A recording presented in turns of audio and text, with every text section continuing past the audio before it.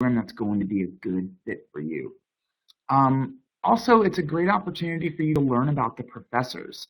The professors are a huge part of your life in an MBA program.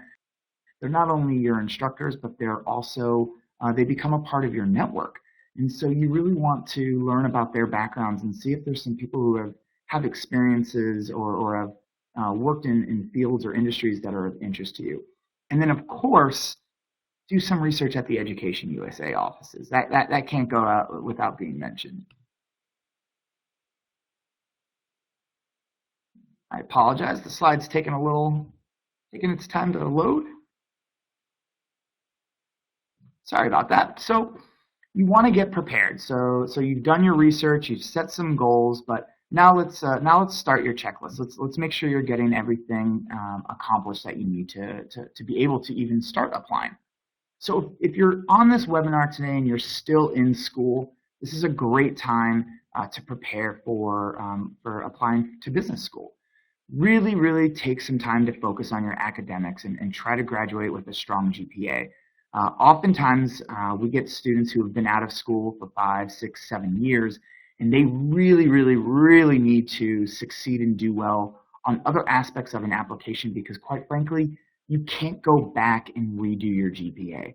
If you're still in school, this is a great opportunity for you to capitalize and really demonstrate your strength as a student. This is also a great opportunity for you to get involved in the school and extracurricular activities. Typically graduate level programs, especially an MBA program, just very much like the MBA program here at Fisher, our students are very involved in the community. They're very involved in clubs and associations. It's all about the experience of an MBA. An MBA is much, much more than just a degree. It's really a 2-year experience. And so demonstrating that you like to get involved with your school and extracurricular activities really kind of paints the picture of a very well-rounded student and well-rounded individual. Again, continuing with getting involved with your community, I kind of lump the two of them together. You're going to want to register to take standardized tests.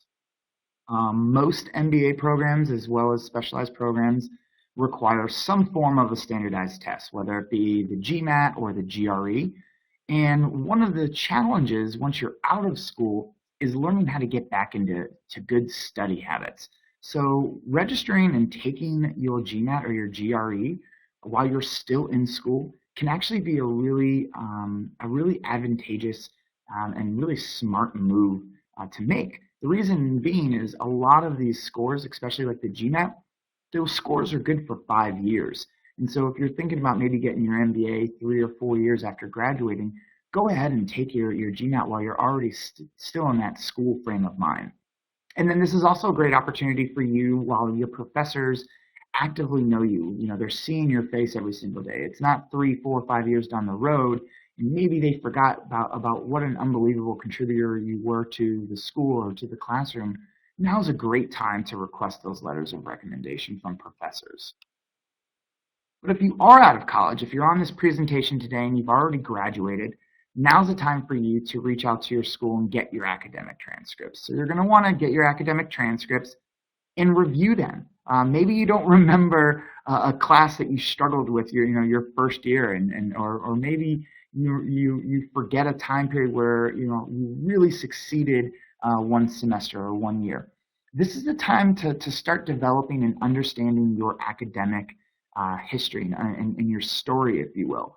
Imagine what an admissions committee, imagine what I am going to think and feel when reading your transcripts. And you should be able to identify any shortcomings, something that maybe doesn't tell the whole story.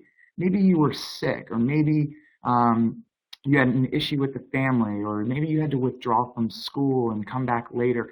There's a lot of reasons for why people struggle academically sometimes. So if you do have some grades that aren't a true representation of who you are as a student, this is a great opportunity to start evaluating and learning that. If you're out of college, seek leadership opportunities. This can be leadership opportunities within your company, within your community. An MBA especially is a leadership degree, if you will. The goal behind an MBA is to help create strategic thinkers, better leaders, and better communicators. So the more that you can demonstrate to us that you are a natural leader or that you have potential to become a great leader, all the better for your application. Just as if you were still in school, get involved in your community. Our students are extremely involved in the community, so we like to see that. Same as if you were still in school, now's the time to register and start studying for those standardized tests. I typically recommend students give themselves 6 to 8 weeks to study before taking the first test. Any less might not be enough, any more might be a little overkill, but 6 to 8 weeks tends to be a good amount of time to prepare for these exams, just to kind of see where you're at. The slide says request letters letters of recommendation from professors. That should actually say employers, and I apologize for that. You're applying for an advanced degree to a business school. So really letters of recommendation that come from former supervisors, former bosses, colleagues who can really describe who you are as a professional are going to be very, very powerful. Letters of recommendation from professors are fine, but they certainly don't tell the whole story. And order your transcripts early. That's my biggest recommendation, probably with this whole slide. It's the one thing that is really out of your control. Sometimes schools take a while in getting the transcripts nailed out to you, and they can delay and hold up your applications. So the earlier you order them, the better off you'll be. So continue to do research.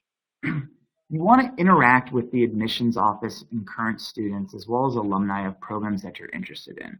I mentioned earlier you definitely want to start trying to identify some schools or some programs that might be a good fit for you. Once you've identified some of these schools, try to help become a part of them. Really get to know the admissions counselors and representatives. Get to know the current students and the alumni and what they're doing. It's all about fit. You'll hear me discuss that quite a bit. You're joining a family essentially, and you really want to make sure that you're making this major decision in your life, and you're making it with all the information possible. So get to know the people who work within the program, as well as the people who are part of the program and the people who used to be a part of the program. Ways to do this is rather than just calling or emailing the school, is you can attend webinars very much like this, also information sessions and other events that the school holds.